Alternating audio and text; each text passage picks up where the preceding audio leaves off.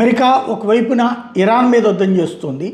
మొన్నేమో Venezuela మీదకి వెళ్ళి Venezuela అధినేత మీదకి వెళ్ళి వెనిజులా అధినేత మదురోని డ్రగ్స్ ఫెడలరు లేదా డ్రగ్స్కి మాఫియాకి హెడ్ అతనేనని చెప్పేసి పట్టుకుపోయింది.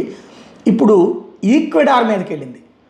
ఆ సదరన్ కమాండ్ ఫోర్సెస్, అమెరికాకి సంబంధించినటువంటి సదరన్ కమాండ్ ఫోర్సెస్ తాజాగా ఈక్వెడార్ మీద మిలిటరీ ఆపరేషన్స్ బిగిన్ చేశారు. దాన్ని టెర్రరిస్ట్ ఆర్గనైజేషన్స్ దేశం కింద ప్రకటించారు. అమెరికన్ మిలిటరీ ఇప్పుడు ఆ ప్రాంతం మీద వరుసపెట్టి దాడులు చేస్తుంది. ట్రంప్ అడ్మినిస్ట్రేషన్ ఇక్కడ డ్రగ్ ట్రాఫికింగ్ ఆర్గనైజేషన్స్ ఉన్నాయి అన్నటువంటిది ఇంతకుముందు ఆరోపిస్తూ వచ్చింది. ఇప్పుడు ఈ ఆపరేషన్స్ నిర్వహిస్తున్నట్టుగా అమెరికన్ మిలిటరీనే చెప్తున్నటువంటి పరిస్థితి.